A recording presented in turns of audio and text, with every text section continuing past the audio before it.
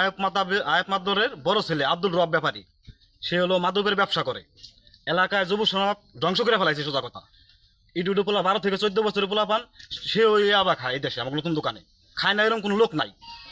আর বিশেষ করে চাঁদাবাজি মামলা যত যা আছে, এই এলাকা প্রত্যেকটা এই লাইনে দাঁড়াইছে, প্রত্যেকটা লাইনের মনে হয় যে 20 জন মানুষের উপরে হবো, তাকে গত রাত দিছে, ময়মুরবি থেকে শুরু করে সবারই মারছে, আমাকেও মারছে। আমরা প্রত্যেকটা মানুষ 1 থেকে 3 বার 4 বার করে মার খাইছি। আমি বিগত 3 মাস আগে তার বাড়িতে কাজ করা হয়েছে, রবের মাধ্যমে মাটি কাটা হয়েছে পরিশ্রমের টাকা। টাকা সে দেয় না, দিতে চায় না, আজ না কাল, কাল না পরশু, পরশু না তরশু। তার বিরুদ্ধে পরে তার বাবার কাছে বলা হয়েছিল, আয়েপ মাদবরের কাছে। সে বলছে যে আমি এই বিষয়ে কিছু জানি না, অন্য কারো মানুষের কাছে বলছি।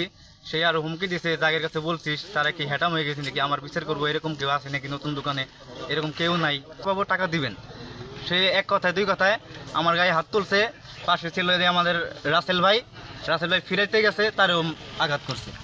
দেখেন আমার হাত বাড়িতে ভাই, তারও হাত বাড়ি দেয়, হাতটা ফুলে গেলাইছে। সে ঠিক আছে, সে অনেক রাজধানী করতেছে। 2000 টাকা চাইছে, 2000 টাকা দিয়ে পরে হলো আমার আরে পাট আসল, পাট নিয়ে গেছে। পাট নেওয়ার পরে হলো আমি চরে গেছি, চরে যাওয়ার পরে আমার মারছে, এই যে কাটি গেছে। টাকা নিচ্ছে হলো 15,000। 15,000। 15,000। সে এলাকাতে চাঁদাবাজি করে। চাঁদাবাজি করতে গেলে কেউ হয়তো মুখ খুলে, কেউ মুখ খুলে না। এর নামে কিছু মামলাও আছে। এর আগে মাদকের মামলা আমরা প্রশাসন সহ আমাকে ওসি সাহেব নিয়ে গেছিলো। তার বাড়িতে 4-5টা গাঁজার গাছ পাইছে, তারে ধরে নিয়ে গেছিলো। তারপর আজত দিছিল, অনেক পোলাপান্ডি মাদকের খাওয়ান শিখাইতেছে। আমরা প্রশাসনের কাছে এত আবেদন করি যাতে এই এলাকায় কোনো মাদক সরাসরি না, মাদকের ব্যবসা না করতে পারে, এটাই আমার কথা। মাদক বিক্রি করে, মাদক খায়, চাঁদাবাজি করে, হিন্দু এলাকার সাধারণ মানুষের এটা প্রতিকার চাই প্রশাসনের কাছে। 2 নম্বর ওয়ার্ডের মেম্বার সভা আছেন, আমি মোহাম্মদ কুদ্দুস আলী, সাবেক মেম্বার, চরবদ্রসন থানা বিএনপির সাবেক সাধারণ সম্পাদক, বর্তমান প্রস্তুতি কমিটির সদস্য। যে কথাগুলো এখানে উঠে আসছে আসলেই বাস্তব। কারণ এই এলাকায় এই একটা ছেলে এখানে মাদক ব্যবসায় করে, ইয়াবা বিক্রি করে এবং এই এলাকাতে চাঁদাবাজি করে। আমরা অনেকবার বলছি তোমরা থানায় যায় দরখাস্ত করো, অনেকে থানায় যায় দরখাস্ত করার সাহস উপায় নাই। আপনারা জানেন এই কিছুদিন আছে সাবেক ওসি রজিউল্লাহ সাহেব, তিনিও ওই চরের পর তার একটা বাড়ি আছে, ওই বাড়িতে সেই গাঁজার গাছ লাগাইছিল, সেই গাছ সহ উঠে এনে তারা একবার চালানো করছে, আবার বাইরে এসে ডাল ফাল দিয়ে বাড়িছে। এখন তার অনেক শক্তি, তার সামনে কেউ দাঁড়ায় না। কিন্তু আসলে এইভাবে যদি চলে তাহলে এই এলাকাটা নষ্ট হয়ে যাবে। কারণ সে যেভাবে চাঁদাবাজি করতেছে হিন্দু এবং সাধারণ মানুষের কাছে, শুধু তাই নয়, এই যে নদীতে যে জাল বায়, এই অলদার কাছে মাছও জোর করে নিয়ে আসে, টাকা নিয়ে আসে, অনেক রিপোর্ট আমাদের কাছে আসে। এলাকার লোকজন যখন ডাকছে তখন আমি এখানে আসছি। আমি বাস্তব, এখানে যে কথা আসলো কথাগুলো বাস্তব।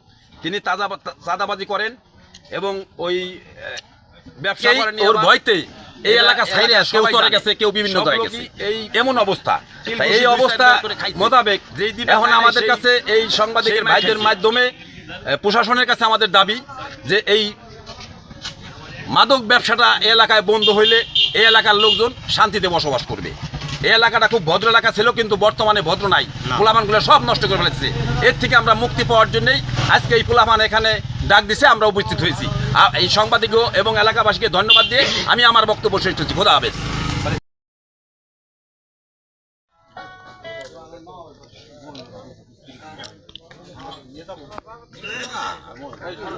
আসলে একটু আগায় আসুক এই জায়গায়। চরে বদিডেঙ্গি চরে বসবাস করি। ব্যাপারী রব মাদক ব্যবসা করে, জোর জবস্তি ধরে ঘরে আটকায়া মারধর করে এবং চাঁদা দাবি করে। আর রাত 2টা-3টা নাই, যে যে কর্ম করুক বা না করুক, তার কথা না শুনলে সে মাইরে ফেলানোর ভয় দেখায়। আমারও একবার মারছে, এই ভিডিও ছাড়ছে লাইফে, এই হাজিগঞ্জ বাজারে জানালাম ভাই, আরও মেলা বড় বড় লোক ছিল। এরপরও আমি বিচার দেওয়ার কারণে আমার বড় ভাই, তার নাম মুকলেশ, সেই জায়গায় জাল ভাই, তারও মারধর করছে। আমি বিচার দেওয়ার কারণে মারধর করছে। এই পর্যন্ত আমি নদীতে আর আসতে পারি নাই। আমার গত হাত দিতে 11 তারিখে। হ্যাঁ, আমার রুজি সব বন্ধ হয়ে গেছে, আমি ঘর থেকে বাইরেতে পারি না। আমার পোলাফান দিয়া লাডি বানায় রাখছে, দাও বানায় রাখছে, ঠিক আছে। আমার মেশিনের ভয় দেখায়, আমার উড়ে নিয়ে আসবে, আমার মাইরা ফেলাবে, গুম করে ফেলাবে। আমি খুব কষ্টের ভিতরে আছি। এই নির্যাতনের ভিতরে আরও বহুত লোক মাদক খাওয়াইয়া টাকা দাবি করে 10,000 20,000 আইনা নক প্লাস আছে, এগুলোতে ভয় দেখায়, কাটায়, এবং কি পাইপ আছে, এসএস পাইপ, এগুলোতে মারধর করে, বাপ মা দেয় ছাড়াই নেয় টাকা পয়সা দিয়ে। প্রশাসনের কাছে একটাই আবেদন আমাদের, যে এই মাদক জিনিসটা উঠে নিক, আর এরকম মতো লোক এর কঠিনত্ব শাস্তি হওয়া উচিত। মারছে আবার কয় যে আমার টাকা দিয়ে 5,000। আমি কই ভাই আমি টাকা পাম করেন, আমি ওগুলো খাই এসে কাম কাজ করিয়া, আমি টাকা পাম করেন, কয় তোর দোয়া রাখবো, যদি না যাস তাহলে তোর গিরে মাজা আর এই গেটি কয় 3টা বাইরে কী করছো, কেউ কাজ করবি না। টাকা 5,000 চাইছি, 5-6জন 4-5জন মানুষ, ওকে ভয়তে আমি হলো ই করছি, ভয়তে হলো না। চেয়ারম্যান আইসে, পুলিশ আইসে এটা মিটিং হয়েছে। এই মিটিংয়ের পরে চেয়ারম্যান বলছে যে রাত 10টার পরে কেউ যদি না পাই, তাই পুলিশে বলছে যে আপনি এটা নজর রাখেন, মানে সতর্ক রাখেন। তাই সতর্ক থাকে পুলিশ ওই হাজিগঞ্জ বাজারতে হরেন বাজাইতে নতুন দোকান ঢুকে, যারা নাকি মানে অবৈধ কাজ করে, তারা মনে করেন যে মানে সতর্ক হয়ে যায়, পলায় যায়। তাই একটাই অনুরোধ, যে এইভাবে যদি না আসে, চুপে চাপে আসে আসামি যেন ধরতে পারে, এটাই আমাদের কাছে আসা, আর কিছু না। আমরা শান্তি চাই।